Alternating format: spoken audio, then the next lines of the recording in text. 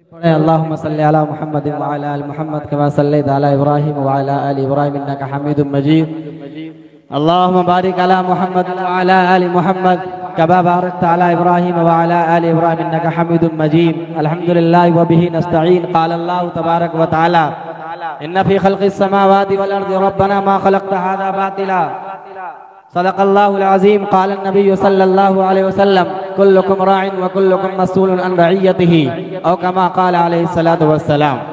नजर आती है गुलशन में हवा नाशाज़गार अपनी, नजर आती है गुलशन में हवा नाशाज़गार अपनी, गुले बागे खलीली भेज दे बागे बहार अपनी, तरीक़े मुस्तफ़ा का छोड़ना है वजह बर्बादी, इसी से कौम दुनिया में हुई बेइख्तिदार अपनी।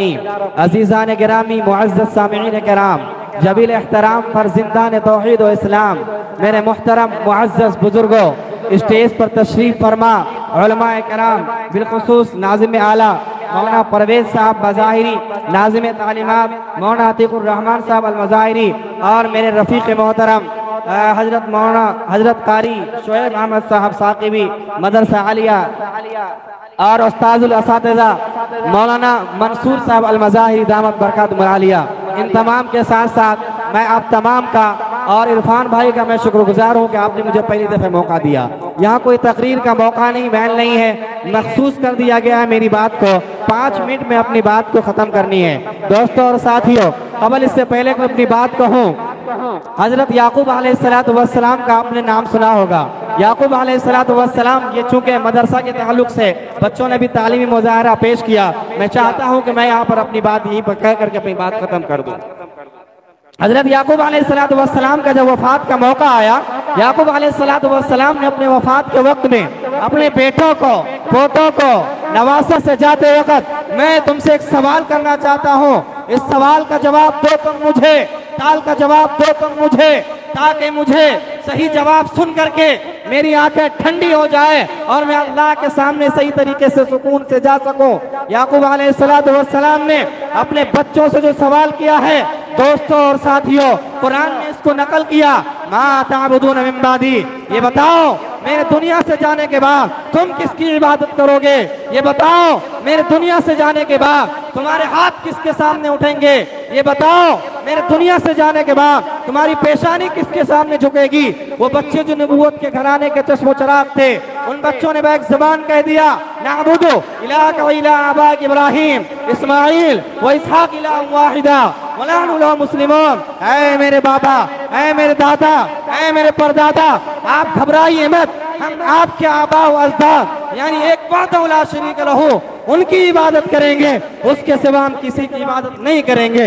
याकूब अलैहिस्सलातु वस्सलाम के सामने वो बच्चों ने सवाल किया, ऐ मेरे अब्बा ये बताइए, हम तो नबूवत के घराने के चश्मो चराग हैं, आपके जहन के अंदर ये सवाल कैसे पैदा हो गया, हम आपके जाने के बाद रास्ता भटक जाएंगे। याकूब अलैहिस्सलातु वस्सलाम की आंखों में आंसू आ गए। याकूब अलैहिस्सलातु वस्सलाम ने कहा, मेरे बेटो, यहाँ कोई बाप नबूवत का, यहाँ कोई नबूवत की बात नहीं है, यहाँ कोई भी बाप अपने बच्चों के लिए जब तक ये तय ना कर ले उनके जाने के बाद उनकी औलाद सही रास्ते पर रहेगी कि नहीं रहेगी। दोस्तों और साथियों, बातें लंबी चौड़ी हो जाएगी, मुख्तसर ये है, वो याकूब अलैहिस्सलातु वस्सलाम जो नबी है, इनके दादा परदादा सैकड़ों नबी जिसके खानदान में अल्लाह तबारक व तआला ने उतारा है, वो नबी अपने बच्चों के अकीदे से मुतमईन नहीं है। 1400 साल के बाद, शमल 1400 साल के बाद उम्मत के लोगों, हम और आप अपनी औलाद के ईमान और अकीदे से मुतमईन कैसे हो सकते हैं? हमारे मरने के बाद हमारी औलाद नहीं बिगड़ेगी। आज हम कहते हैं मौलाना साहब मेरी औलाद को ना कुरान पढ़ा दीजिए, मेरे औलाद को ना नमाज पढ़ना सिखा दीजिए। हाफिज कौन बनाएगा और उनको आलिम कौन बनाएगा? बस यही रह गया। इसी के लिए अल्लाह तबारक व तआला ने पैदा किया। दोस्तों और साथियों, मुख्तसर पहली बात, और दूसरी बात यह है, मैं आपके सामने एक सवाल छोड़ करके जा रहा हूँ, चाहे वो उलमाए किराम हो, चाहे मेरे आंखों के सामने आंखों में समाए हुए सामीईन हो, मैं आपके सामने एक सवाल छोड़ता हूँ, इस सवाल का जवाब आप दीजिएगा। दोस्तों और साथियों, ये छोटे छोटे मासूम बच्चे जो आपके सामने अभी तालीम मुजाहरा पेश किया, कुरान को कन्वर्ट किया, इंग्लिश में, अरबिक में, फारसी में आपके सामने पेश किया। अल्लाह से दुआ है अल्लाह ताला इन बच्चों के साथ साथ मोहल्ले के तमाम बच्चों की ईमान की बात करें। सवाल ये है मेरे दोस्तों और साथियों, आज ये छोटे छोटे मासूम बच्चे जिनकी उम्र टॉफियां खाने की है, जो सियासत के सीन से वाकिफ नहीं है, जो बच्चे, इन बच्चों के ऊपर आज अमेरिका इनके ऊपर बम क्यों गिरा रही? आपने कभी सोचा दुनिया उससे डरे जिसके पास ताकत हो? बात समझ में आती है। दुनिया उससे डरे जो पहलवान हो, बात समझ में आती है। दुनिया उनसे डरे जिनके पास हथियार हो, बात समझ में आती है। कुरान कोई एटम बम नहीं है, कि कुरान कोई एटम बम नहीं है। बटन दबाओ, मिनटों में दुनिया तबाह बर्बाद हो जाए। लेकिन आप देखेंगे और आपके जहन के अंदर है, माहौल ऐसा बना हुआ है हिंदुस्तान के अंदर और पूरे मुल्क के अंदर, पूरी दुनिया के अंदर, ये मुसलमान अल्लाह का नाम लेने वाला जहां पर भी हो, सबसे बड़ा मजलूम अगर कोई कौम है, हम और आप है। ये टोपी और दाढ़ी वाले कौम मुसलमान कौम है। कभी आपने सोचा, कभी आपने गौर किया आखिर अमेरिका इनके ऊपर बम क्यों गिराती है? मिटाने की बात क्यों हो रही है? हमारे अकाबिर में एक नाम है मौलाना हबीबुर रहमान साहब लुधियानवी। उन्होंने अपनी किताब में एक वाकया लिखा, उस वाकया को मैंने भी पढ़ा। आपने लिखा बरतानिया का रात था। कहा जाता है बरतानिया की रात में कभी सूरज नहीं डूबता। मशरिक से लेकर मगरिब तक, शुमाल से लेकर जुनूब तक दुनिया की ज्यादातर आबादी बरतानिया की आबादी कहलाई जाती।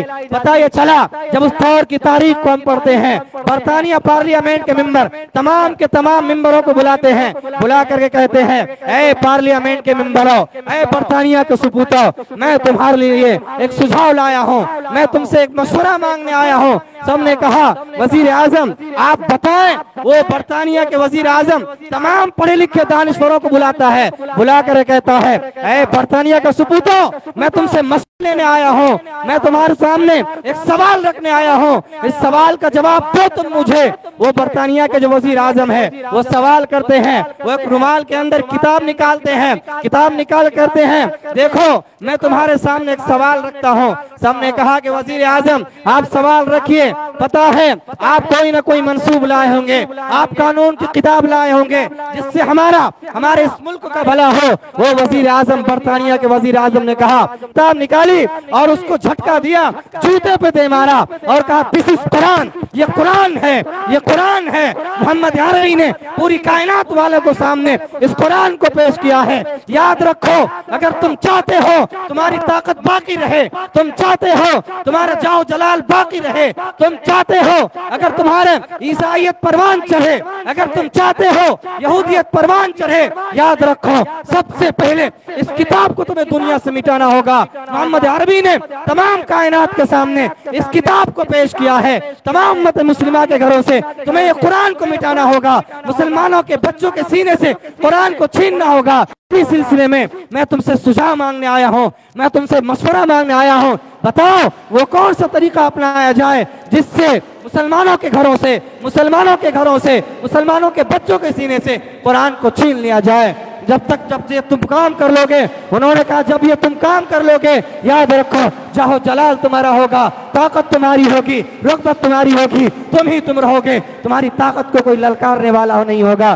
दोस्तों और साथियों, उन्होंने बड़ी अजीब सवाल बात कही, लेकिन उनकी जहालत की दाद देनी पड़ेगी। तुम बातिल ताकतों के जरिए से कुरान को मिटाना चाहते हो, याद रखो जबकि कुरान में अल्लाह तबारक व तआला ने खुद फरमाया नहनु नज़्ज़लना ज़िक्र व इन्ना लहु लहाफ़िज़ून, हमने इस कुरान को उतारा है, हम इस कुरान की हिफाजत करेंगे। दोस्तों और साथियों, उनकी जहालत की दाद देनी पड़ेगी। अब जिम्मेदारी आप सबकी है, अपने बच्चों के सीने में कुरान को उतारिए। आज हमारे मुख्तलिफ एडवर्टाइज के जरिए से, मुख्तलिफ सिनेमा के जरिए से हमारे बच्चों के सीने पर और हमारे बच्चों के सीने से ईमान को छीनने की मेहनत है। अगर हम आज ईमान पर मेहनत नहीं किए, बहुत जल्द हमारे बच्चों के ईमान जगह से छीन कर बाहर निकाल लिया जाएगा। नूर हफ्शर में इलाही को बुझा सकता है कौन? जिसका हामी हो खुदा उसको मिटा सकता है कौन? अल्लाह ताला कहने सुनने से ज्यादा अमल करने की तौफीक नसीब फरमाए और मदरसा चलाने वाले को अल्लाह तबारक व तआला खूब इनकी जिंदगी बरकत दे, कल क़यामत को निजात का जरिया बनाए। आमीन व आखिरु दअवाना अल्हम्दुलिल्लाहि रब्बिल आलमीन। शुक्रिया। अब आइए